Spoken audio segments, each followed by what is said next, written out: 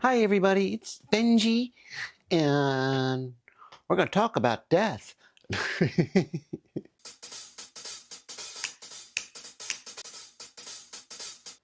um, so, today is the 1 year anniversary of my mother's death, and I grieve a little differently than most people in general.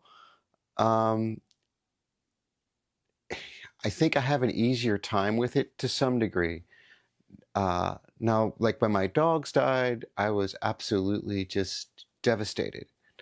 um, really affected me very deeply. And I think I've done a video about that before.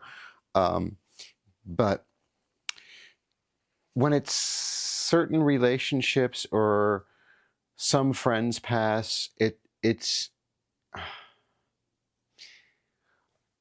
my anxieties and emotional stress emanate from things that possibly something can be done about.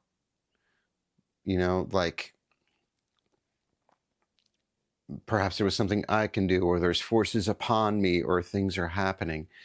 Now, obviously, I mourn the loss of an attachment, but I think intellectually I see death as such a finality that it's like there's nothing I can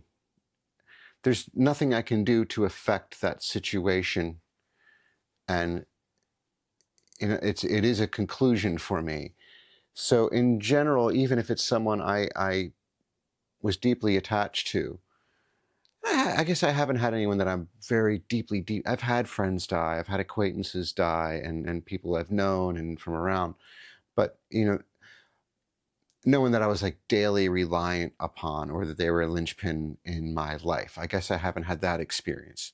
But most people consider a parent some sort of linchpin in their life, and even if it was um, a stressed relationship, there's usually like a mourning period, or there's like, you know, grief and pain there.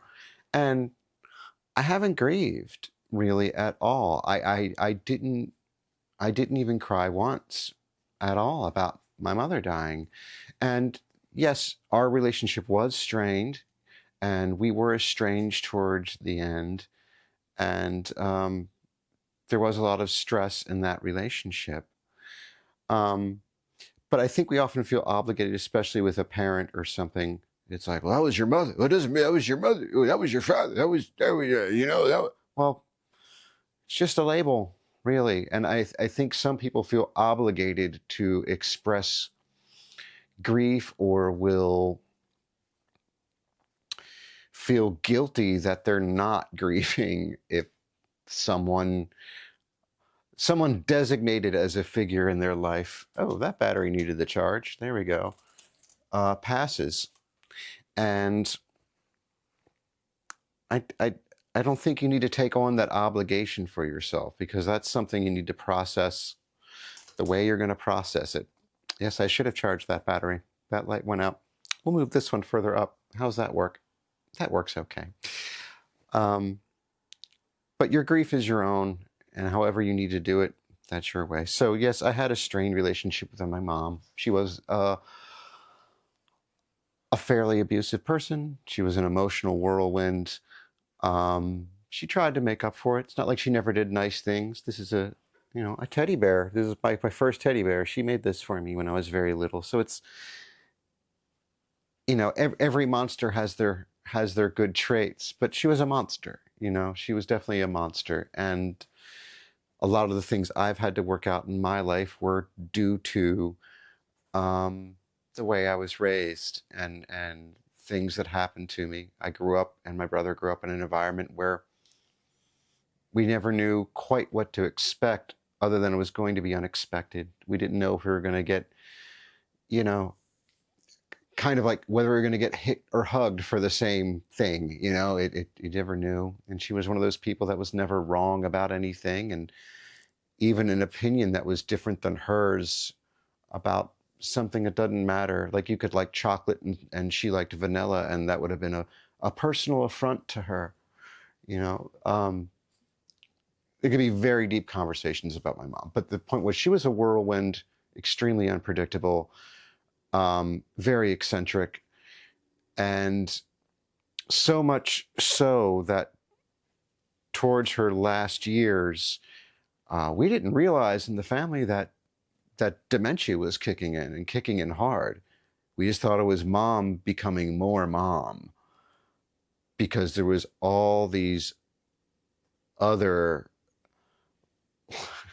like factors that were part of her persona and part of the way she presented herself and part of the way she behaved, that it just seemed like a more intense version of herself. So we didn't know that. So, you know, I had to separate myself from her towards those last years, because I thought she was just becoming more her. And in a way she was. And even when people examined her, when we could finally get her to like be looked at, or a person from the county or someone came in, it was, we have no idea what this is exactly. Other than that, she was deteriorating somehow, but diagnosing her never quite happened. It was somewhere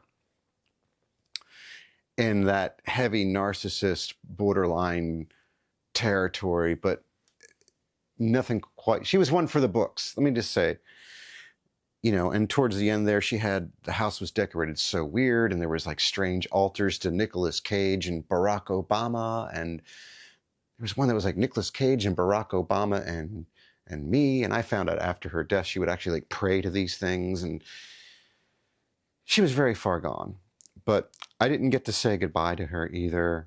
I hadn't spoken to her in probably a year and a half, a couple years after she had gotten taken out of her house finally.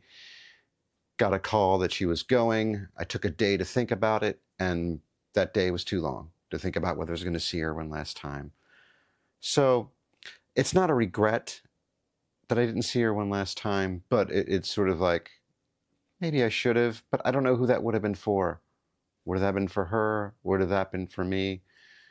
I don't know. So I'm still filing her away.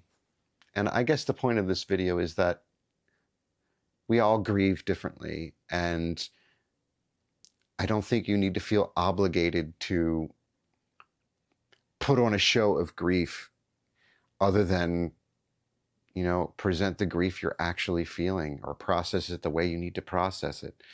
For me, it's actually been a relatively smooth mom death, smooth dead mom, smooth. I know that sounds really crass, but it's more like something to file and think about, but it hasn't been like an emotional thing for me. It hasn't been an emotional journey. So anyway, he's a nice teddy though, isn't he cute? But so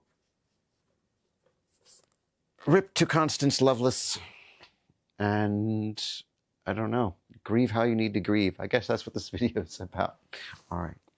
Good night, everybody.